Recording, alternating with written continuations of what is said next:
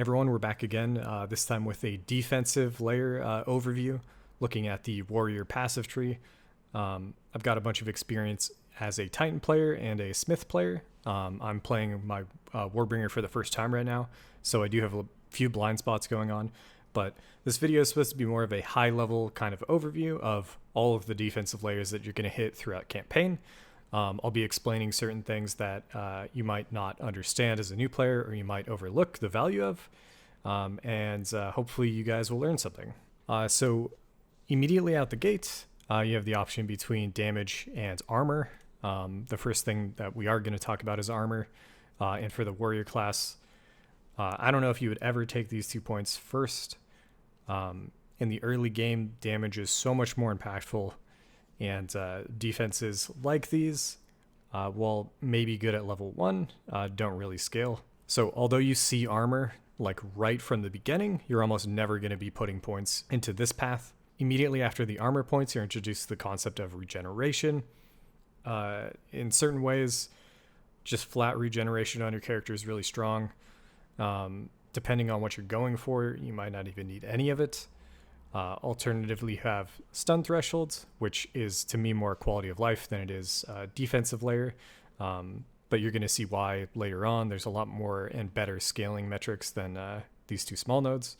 And then it leads into an armor, regen, strength. So we've already hit on a few different layers, right? But stopping here, we can talk about strength. A lot of PoE 2 players are complaining that there's not enough increased maximum life percentage on the tree, in the same way that there was in PoE 1. But I feel like they're overlooking how much flat life you get from strength in PoE 2, which is not the same as in PoE 1. In PoE 1, for every 2 strength, you get 1 life, whereas in PoE 2, for every 1 strength, you get 2 life. So it's 4 times as effective as you getting life from strength.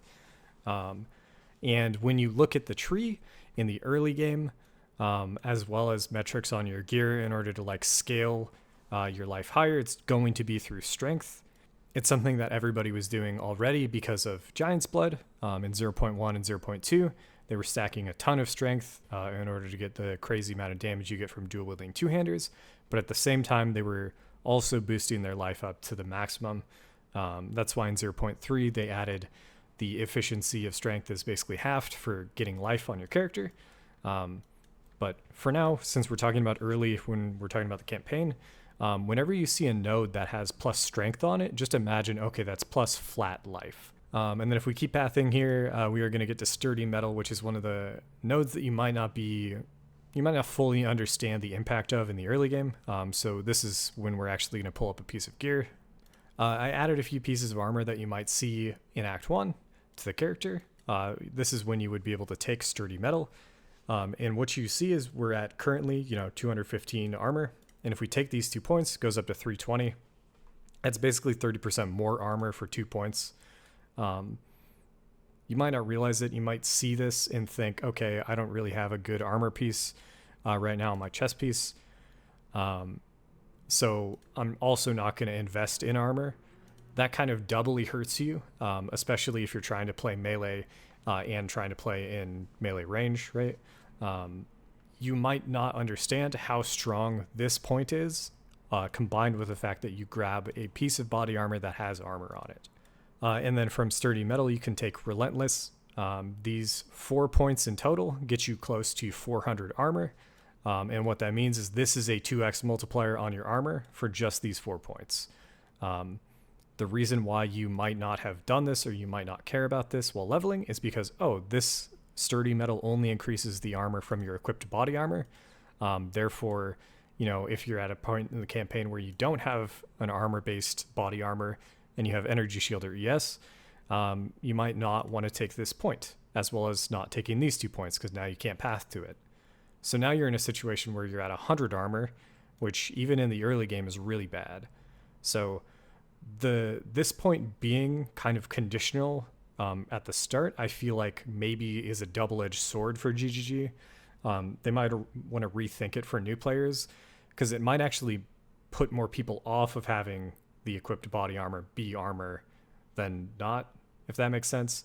It's a little weird, but I recommend taking these 4 nodes as well as having a strong body armor going into the end of Act 1.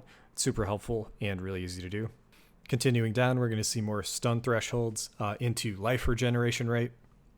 So life regeneration rate is going to go into a similar group of affixes as maximum life regeneration. We're now introduced to our first set of block nodes.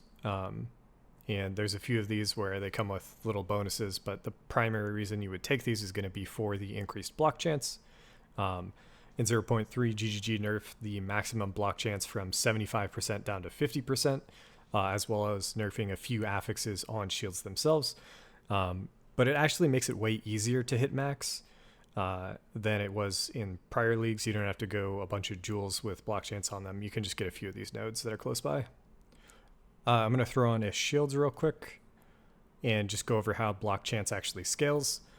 So here you can see we have 26% chance to block. These nodes on the tree are not additive with that, right? We have 17% increased block chance here. You don't add 26 plus 17 to get your current block chance. This is a scalar on your shield's block chance. So if we're looking at 26%, we can go to calculations, and on the right side, it's going to show block chance. And it currently puts us up to 30%. So those 2 nodes give about like a 20% increase in your chance to block. And if you're trying to get up to 50% total, you're going to need to take a few of these wheels. And again, while leveling, I'm not going to be pathing through too many of these defensives. These 4 points right here are huge, and then you can kind of keep moving. The next wheel for block here, same deal. You can get increased block chance as well as reduced slowing potency of debuffs. If you're somebody who hates chilled ground, temporal curse, or like temporal bubble, any of that stuff, this affix is really strong. I'm going to be talking about it way more in the quality of life layer video. But when you're using a shields and you want to increase your block chance, you get it for free. Continuing further down, you're going to hit the only armor, like primarily armor focused wheel on the tree. It's a little weird how there isn't too much. Polished iron is good. You get additional stun thresholds from a bunch of the items that you're wearing, as well as blade catcher, giving you flat, strength, which is flat life, and then defending with 200% of armor against critical hits. What that means is if we have 657 armor, it's going to double that and apply the doubled effect whenever you get crit. So that is really strong if you're not immune to crit damage. Again, continuing down, we are going to hit a strength wheel here. This is just flat life. This is plus 50 maximum life on your character. And at this point in the campaign, this is pretty strong compared to the gear that you'd be wearing. A jewel socket, and then more block. Once again, block wheels increase chance to block. As well as life gain when you block. This is really strong if you're getting hit by a lot of little attacks, as well as if you're early in the campaign. Blocking for 10 life and your total life is like 600 is pretty huge. This node is not as impactful later on when you're at like 3,000, 4,000 life. But yeah, at this point, if we've taken every block chance wheel, we can kind of pull up our block chance and see that we're now at 39%, and that's with like a shield that you get from Act 1. If you just upgrade that shield, or if you just roll the block affix on it, which I could do real quick, you're probably going to hit 50% easy. So that takes the base up to 30. It takes our total up to 47. You're already really close to capping out your block just with these 6 points. Plus 2 more, so just with these 8 points, as well as kind of like a pathing strength node here. But what I want to kind of express at this point is that there really isn't any interesting choices to be made in the early game for defensives, right? You've got these block nodes, and then you've got armor. And I don't think I'd even take these in the early game. Like these 3 is probably the way to go, so I'd pass something like this. I don't even know if I would take these 2 nodes or these nodes, but they're there for you, right? If you want to go block heavy, you can early. But outside of that, there's not too much, right? I think this kind of goes into their philosophy of players don't enjoy investing in defenses. This was like heard way early on in 0.1. I hope that they've moved away from that a little bit, or changed their mindset a little bit at least, to where they're more open to adding defensive layers or strength to those defensive layers. But at the moment, it's pretty boring as your traditional warrior archetype. In 0.3, I've actually had a lot of fun not doing that, so we're going to go into that a little bit later when we path down towards the hybrid stuff, towards the mercenary. But for now, we're going to keep going in this direction. Once you hit this jewel socket, the tree really opens up. And if we go up, we're going to see our first increased maximum life node. It's just a few strength nodes, as well as a stun threshold setup. If you want more life, go ahead and grab this real quick. Similar fashion up here is Behemoth, which has more increased maximum life, as well as a really strong offensive node for slam skills. To the left, you're going to see more block chance, but these notables are actually for players who are maybe looking to do a shields skill builds, right? So this is increased block chance if you blocked with an active block recently. So I believe that's raised shields, or I don't know if it counts one of the shield skills where you're like holding your shield up. On the other side of the tree, this is like a weird little wheel where you can only get to these 4 nodes from the right side. And on the other side of the tree, you can get to the rest. But you're going to see more recovery when you block. You're also going to see attack damage per armor and evasion on the equipped shield. So this is for somebody who's likely scaling the defenses on their shields for a certain skill build that uses shields to do damage, like shield wall, or what's the other one even called? Resonating shields. Magma shields, I think. Magma barrier, I believe, also scales off of shield. There's a bunch of skills that scale off of the defenses on your shields, and there are a bunch of notables that also scale off of that as well. In the case of a node like this one, where it says increases the defenses from your shields, that does not scale the damage of those skills. Those skills use the base stats on the piece of armor itself, like the shield itself. You can't scale that any higher. So this is not technically like an increase in damage for shield wall, but it does increase the defenses that you get from the shield. So overall, there's a lot when it comes to scaling shields, block, etc. on the tree. Again, a lot of it is overkill. I don't know if they're going to tune it, but we'll see. It's overkill for builds that are just kind of using a shield to block, but it is maybe something that you want to invest in if you are going for shield wall, resonating shield, magma barrier. Something that I'm going to touch on next, but it's confusing because it's going to be everywhere on the tree, and we'll probably never take it, is endurance charge mechanic scaling. So these nodes recover life anytime you consume an endurance charge. There are certain mechanics that consume endurance charges, like your war cries, for example. The unique item Nebulok also causes your attacks to consume endurance charges in order to generate a crit, which is very strong.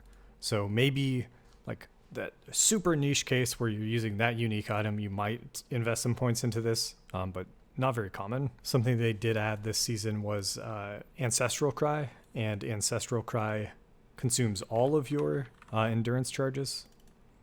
So if you are going for some kind of endurance charge stacking build because you want to increase the duration of Ancestral Cry, you might want to take these points where it becomes like a massive heal as well. Not really sure. Wouldn't recommend it. And if we keep pathing up in this direction, you're going to be introduced to something that GGG is going heavily towards in 0.3 and probably moving forward, which is armor also applies to. And in this case, it's elemental damage. So with these 3 points, you can get a bonus to lightning, and then a general just 30% of armor applies to Ellie. If you want more on the other elements, you can take these 4 points as well. But if you really just want to get access to this one, and you're already pathing over in this direction, these 3 points in total are really strong. Armor applies to Ellie is nowhere near as strong as it was in PoE 1, but you can get way more of it in this game, where On certain pieces of gear, you could roll even higher than Prism Guard. So your boots, your gloves, and your helm could put you over like maybe to like 120% armor applies to Ellie. Your chest piece, you know, these few points on the tree as well as some others, and you could get up to 200% pretty easily. But during campaign, unless you're really armor focused and you've gotten really lucky with armor, it's way easier to just get your reses up. So during campaign, focus on getting your resistances up. If by chance you have a lot of armor for some reason and low res, you could take these nodes while leveling, but probably not. If we keep going south, we're also going to hit the other armor node on the tree that's a little more interesting than the first, but still nothing crazy. You're just getting flat armor from the strength requirement. So this is forcing you into basically armor-only gear. If you're wearing hybrid gear of either sort, it's going to make this node worse. But if you are wearing all armor and it has a ton of strength requirements on it, take this point. Just gets you a bunch of flat. The node down here is not really that good. 25% of physical damage prevented is recouped as life.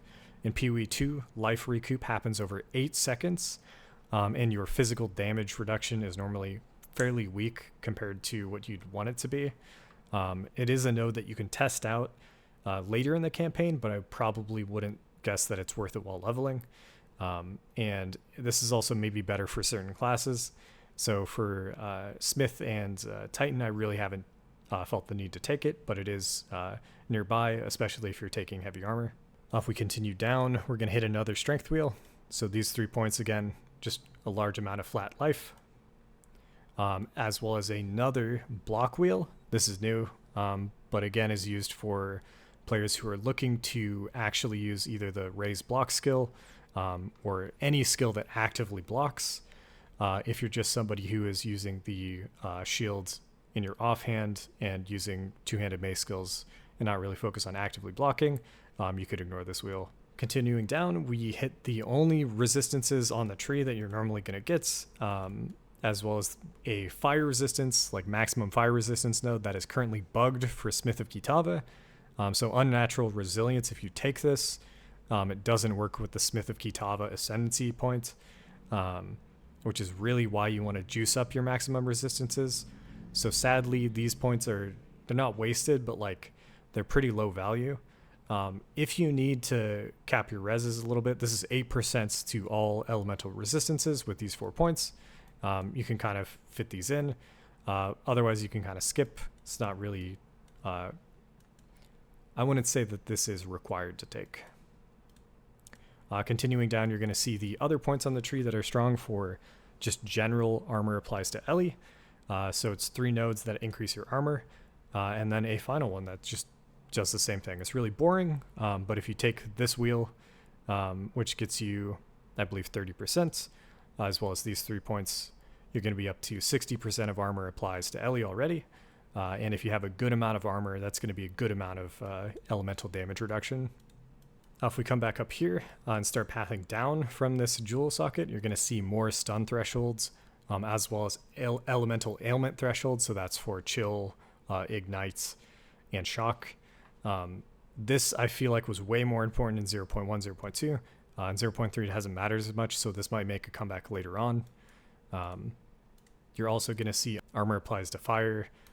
I don't know if there's ever going to be a situation where on like a pinnacle boss fight that you know does a shit ton of fire damage, you're going to spec into these 4 points only. But while leveling, I feel like it's too specific. You can get increased armor from elsewhere on the tree and you don't have to spec into this. Again, on endurance charges, there's a wheel right here, kind of south from where you start, that increases your armor when you've consumed an endurance charge recently. And this is a good chunk of armor increase, 60% increased armor from 3 points. And I believe if we pull this up, it's just going to be that anytime you have a Warcry on cooldown, it can consume an endurance charge in order to skip that cooldown. So when we're talking about bypassing endurance charges, all you need is the ability to use a Warcry that's on cooldown, and it's going to eat it for you, then increasing your armor by 60% with these 3 nodes. It's super conditional, And I don't know if anybody's currently looking to focus on like doing that in their build at all times. If you did have that ability, these nodes here are actually pretty good.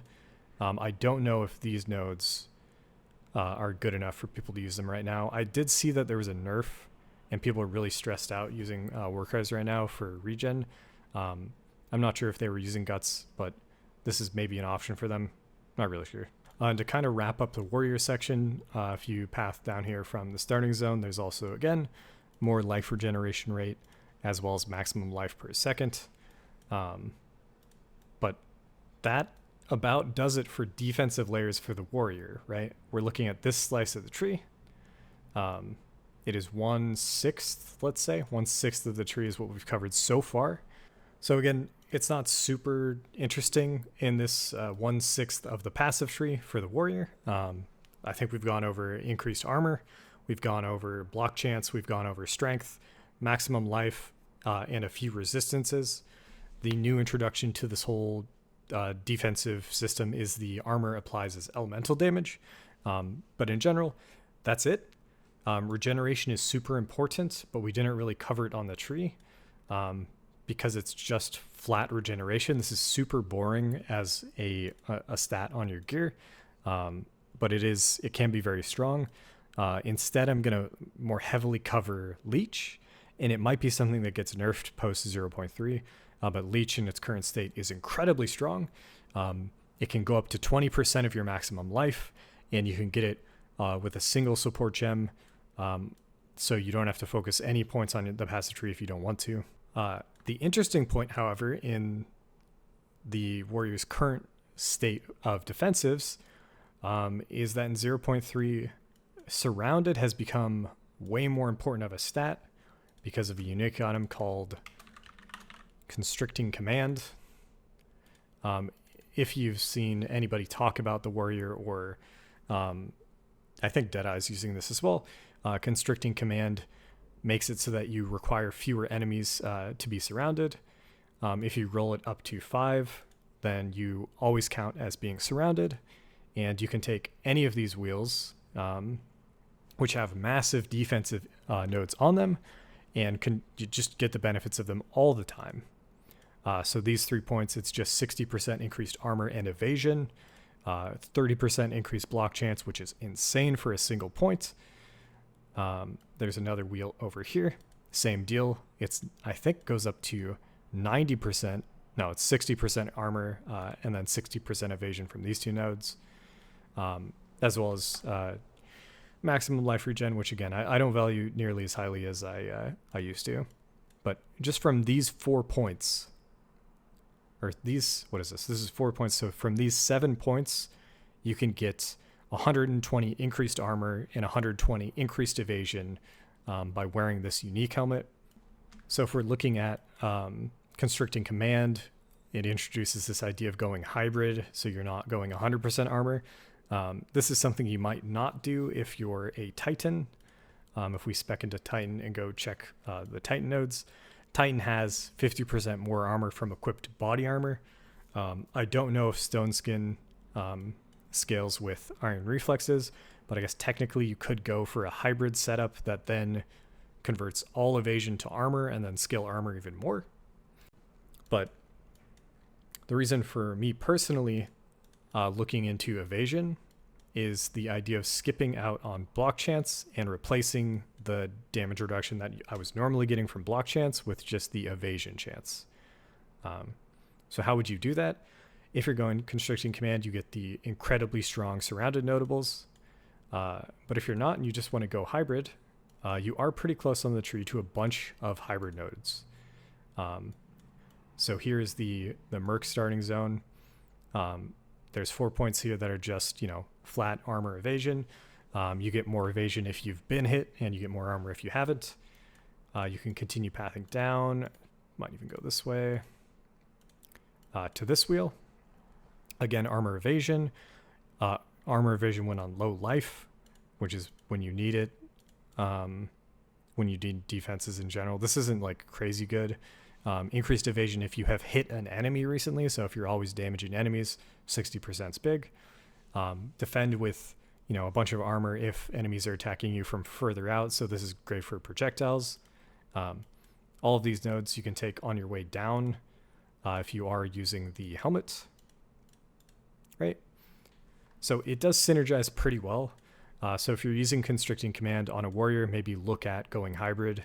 The idea of going Deflection is actually pretty difficult to scale. Evasion brings this concept of deflection in 0.3, where you gain deflection rating based on percentage of your evasion rating. There's also a unique that scales with armor. It's a unique that I was really interested in actually trying to make a build for. Not the deflection rating, but the skill itself. But you can see gain deflection rating equal to 20% of your armor. So if you just have a shit ton of armor, you can get deflection rating that way. And that can serve as kind of your pseudo replacement for blocking. I don't know. There's just a lot of scaling close by that scales evasion. Something else that's really important if you are going evasion is this concept. There's a hybrid wheel. You can take leather-bound gauntlets, which means you want a pure armor glove. Based on that pure armor, it's going to give you evasion rating. And then again, if you do want to just go armor all, just click Iron Reflexes. It's going to be a huge increase to your armor. If you want to continue to go hybrid but keep this, just don't take Iron Reflexes. Still a very strong notable regardless. So if we're going to continue to look at the hybrid strat, you've got some points over here that allow you to take some interesting things related to ailment thresholds, basically based on your boots. This is immunity based on your helm. You could possibly be bleed or poison immune, as well as stun threshold based on your helmet. This setup is for a deflection rating. And then there are very good nodes where if you do path down, you can go really close to the Merc starting zone and grab reduced crit damage, strength, and dex, as well as increased armor and evasion, as well as another 2 points for a bit more hybrid defenses.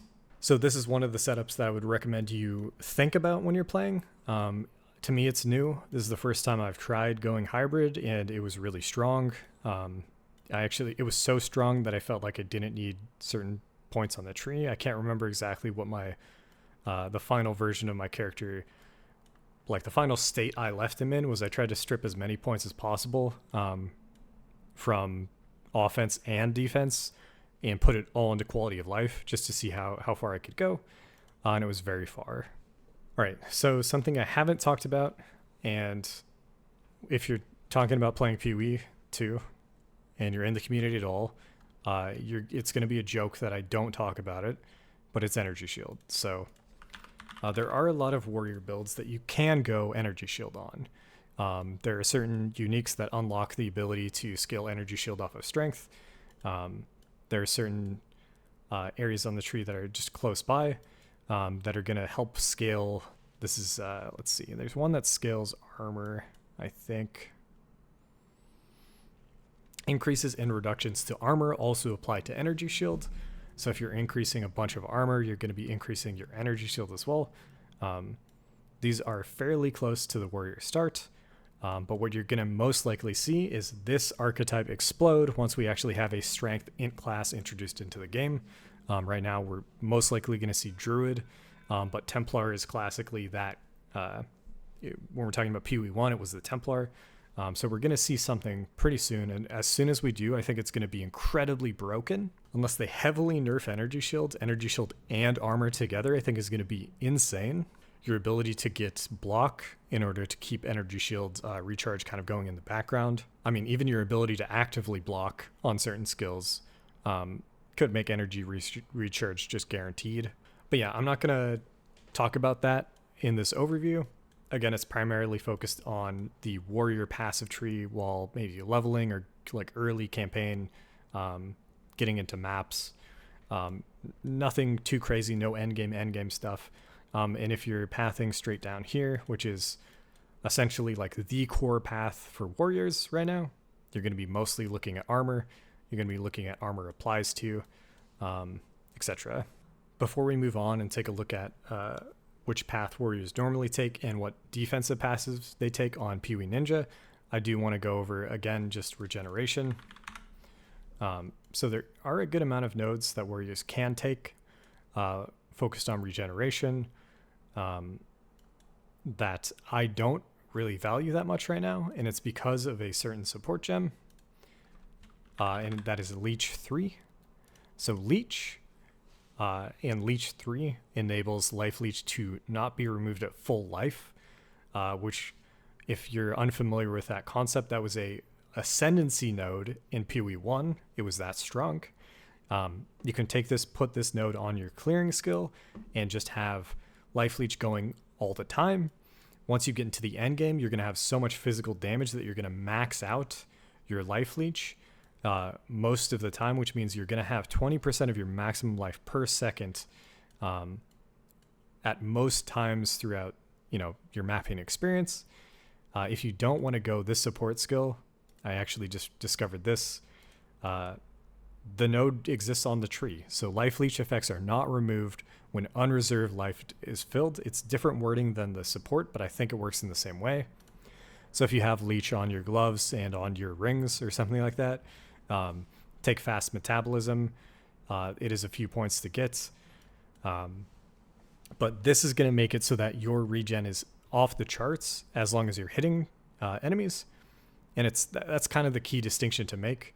The reason why you might want to go more traditional regeneration nodes is if you're a build that doesn't have Leech, you're not actively always attacking, you're trying to play a more passive, methodical playstyle. Maybe you have more dodge or more active block skills. I know Warbringer has Encase in Jade.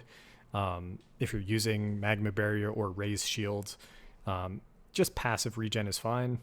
But in my opinion, most people who play this game, they should currently take advantage of Life Leech, of either fast metabolism or of Leech 3.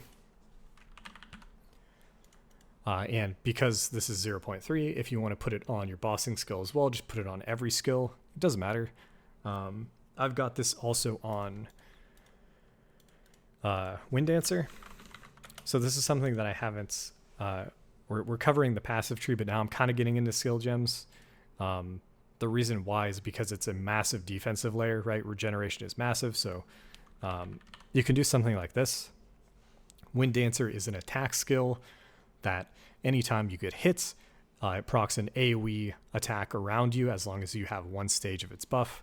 It is very strong, especially if you have a ton of plus levels to melee skills. If you pop Life Leech on it, anytime you get hit, it's going to explode, damage the enemies around you, start leeching life for you, and you're just going to keep that regen going up at all times. When it comes to Pee-wee Ninja here, I'm going to take a look at hardcore, I think. We're talking about defensives. Let's pull up the hardcore snapshots, and we'll take a look at Titan. It is the most played even in hardcore. And what we're going to see... once again, is this really common path straight down the tree, as well as kind of a branching out from there. Again, the notables that we talked about, 90% of builds take sturdy metal, so definitely take it. These builds, they're players who are playing hardcore. They enjoy playing the game more defensively. Learn from them. Relentless is very good. Reverberating impact. This is an offensive. For a second I thought it was the block. Very strong. There's also a good amount of them taking these armor points on the tree. To me, these are the armor points that are so close. It's a no-brainer not to take them, especially Blade Catcher. This is super easy to path. You get extra strength, flat life, as well as armor against crits. A lot of people are taking Unbending, which is maximum life. Behemoth, even more, maximum life. Again, a lot of heavy armor, not as much made to last. We're going to see Brute Strength. This is the strength wheel. We're going to see a good amount, again, 60% taking tempered defenses. Less so coming up here to Prison Guard, but still a good amount. It's just probably because of this extra pathing node, people aren't nearly as likely to go up here. Something else I didn't touch on is towards the bottom of the tree, if you're getting attributes, you're going to be down here. There are new notables. They're all attributes, as well as an increased maximum elemental resistance point that's close by.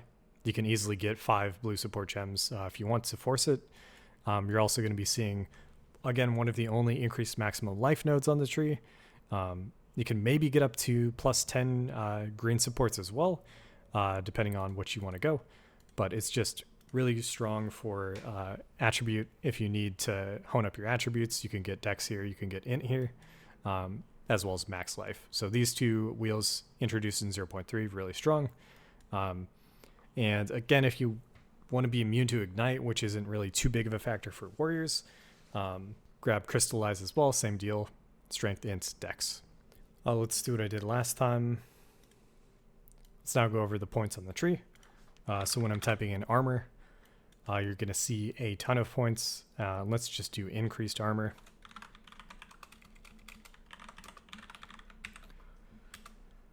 Again, it's probably the most common defensive notable on this side in this little slice for the warrior. We didn't cover, this is armor break. This is armor break. This is armor break. When we're looking at strength, again, really common to take this wheel and this wheel, just because boosting strength for Giant's Blood is really strong. When we're looking at block, you're going to see another good amount of wheels here. The 3 that I think you would take if you were just playing a basic build: Defender's Resolve, Unstoppable, and Vigilance. These are all really close. And then something I didn't even talk about is you can scale defenses, so you can scale damage per block chance. Swing down here and grab it, or anoint this. So if we're looking at maximum life, let's do percent.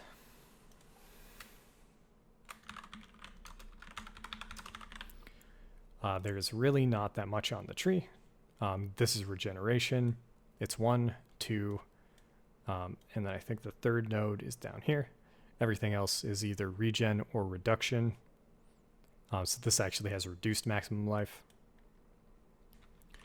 When we're talking about resistances, again, not something that you're going to be seeing on the passive tree too much. It's just down here. This is going to increase your flat resistances by 8% if you take all the points.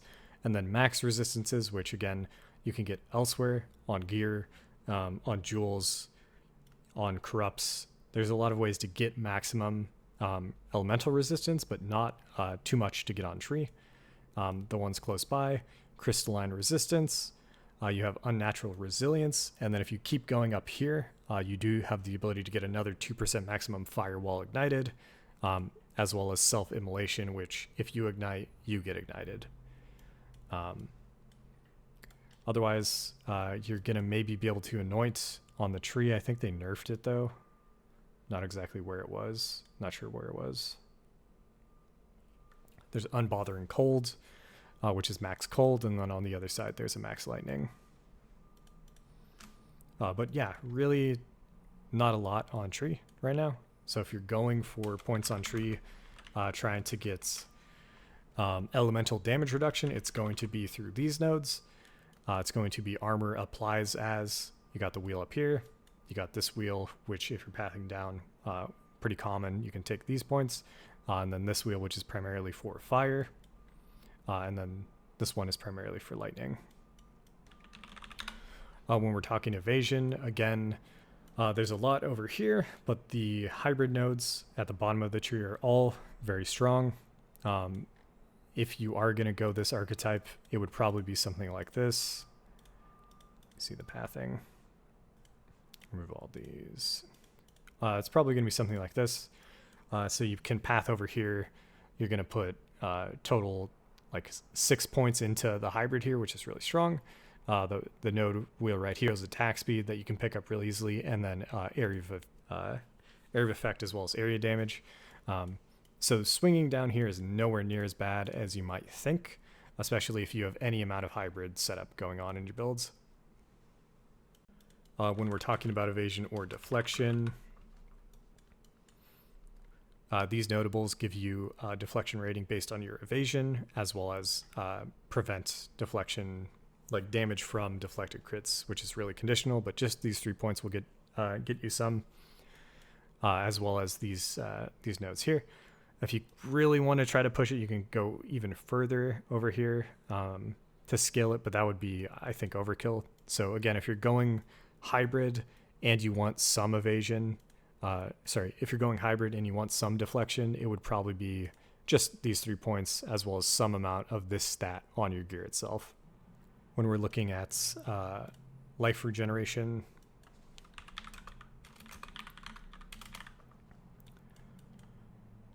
you're also going to see a good amount of that on the warrior side of the tree. We didn't even talk about these nodes, partly because they're insane. So anytime you've got an ailment on you, which is okay, but anytime you're stationary, stand ground, it's just not going to happen, especially in PoE 2. Maximum life, you got life recovery from flasks, another way to scale life regen. In 0.3, Leech is enough for me. You can pad your Leech by just getting maximum life anywhere you can. Or this is also showing life regeneration rate. So life regeneration rate while on low life. A bunch of conditionals. When it comes to defenses, you want constant, right? You want consistency. You don't want a bunch of conditionals on your defensives. When we type Leech, so Leech is an interesting one because there's amount of life leeched, which is good, but there's life leech is instant. That is not as good in PoE 2 in my opinion. Right now, you're taking a lot of burst damage. It isn't necessarily this kind of sustain wear you out. So on the tree, there's a few nodes that increase the amount of leech, which is pretty good. Instant is pretty good if you need, if you hit like really quickly. If you don't, it isn't nearly as important. Again, amount of life leeched, Thorns leeches. You have leeches faster, which I don't actually value. You're going to see leeches slower, and I think this is actually more valuable because that means you have the leech on you for longer. As well as the key notable faster metabolism if you're going to be going leech. When we're talking about life on block, there's 1 point here. Life gained when you block. I feel like there was another point.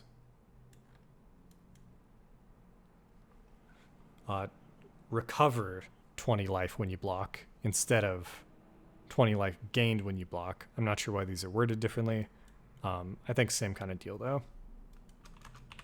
Recouped as life. Again, really not common on the tree, but you can get this elsewhere. This stat is pretty available. I think you can get it on jewels. And then this weird conditional where you get recover maximum life. So recover maximum life for each endurance charge consumed. So if you're running Ancestral Cry or any of the other war cries and you're consistently consuming endurance charges, this might be a way to kind of augment your regen throughout a map. There's Flip the Script, which is you recover half your life whenever you heavy stun a rare. Again, the concept of defensive layers, you want consistency. This is not consistent. This is kind of insane. If you take it just because you're already here, that might be one thing. But coming up here and pathing to this node just to take it or anointing this node, probably crazy.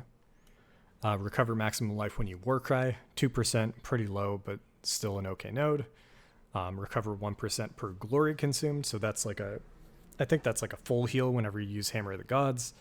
It's probably going to be more common with a mercenary, what is the ascendancy called? The tactician who's using your banners. Banners cost glory, so throwing that out is probably going to be really strong. But yeah, that about does it. There's not too many ways to recover life on the passive tree outside of the flat regeneration. So that is primarily what GGG has kind of put on the tree. It's boring.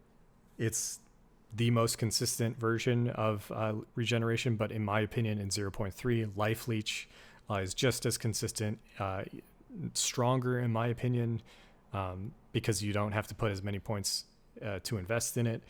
You can just use a support gem, and then your just build becomes unkillable in the sense that If you were mapping on a build without a bunch of regeneration rate, you'd slowly begin to chip down. It'd feel like very oppressive, whereas if you have 20% max life at all times, you're going to be cruising. So yeah, that's going to do it for the warrior. Again, defensive layers overview. It's for the passive tree. We're not talking about ascendancies yet. Each of these ascendancies has their own way of augmenting the different layers on the tree. Some of them introduce new layers, but in general, what we covered today applies to each of the 3 warrior classes in some way, especially while leveling. If you're new to warrior, this pathing is incredibly strong. And then the comment of making sure you have an armor body piece with sturdy metal. This is going to make your defenses in the early game much better. It's going to make it way less annoying, and it'll maybe change how strong you think warriors are in the long run. Outside of this setup, the other insights that I feel like I have that I don't know if other people are preaching enough is, again, Life Leech 3, the support gem. I mean, Life Leech 1 and 2 while you're leveling is also really strong.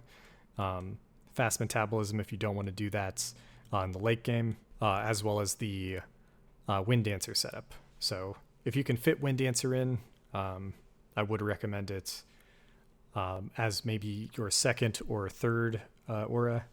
Scavenge plating is really strong if you're breaking armor, and then Time of Need is also really strong for campaign, for healing you, giving you removing curses, and removing elemental ailments.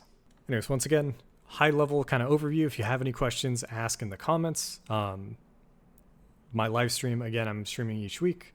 Hop in, ask me any questions you want to go over. I'm learning as well, so currently we're playing a Warbringer. I'm not super familiar with this ascendancy, and I want to learn basically as much as I can about the warrior class. And then, as well as probably when Marauder hits, I'm going to be putting a bunch of time into Marauder. Whenever Duelist hits, we're also probably going to be putting a shit ton of time into Duelist. So anything melee in Path of Exile 2, I'm going to be covering. For now, it is the warrior class. So if you're at all interested, subscribe. I'm really trying to build this up again. I've gone through a few different phases. Originally came from Diablo. Played a shit ton of PoE. Really enjoyed playing PoE 1 slam builds. Diablo 4 kind of through, I don't know. I don't want to talk about it, but as soon as PoE 2 hit, really enjoyed the game. Really enjoyed the mace play style, in that how other people are complaining about the speed and all that shit. To me, because it ramps up, right? You start really slow, and then the whole point of the game is for you to get gear and become this insane, unstoppable force. I feel like it's almost more satisfying in PoE 2, because you go from that slow style of play to just an incredibly strong character who can one-shot all the bosses, all that shit. Been really enjoying it. So again, subscribe, and I will see you guys in the next one, which is going to be covering quality of life for warriors on the passive skill tree. All right, I will catch you guys in the next one.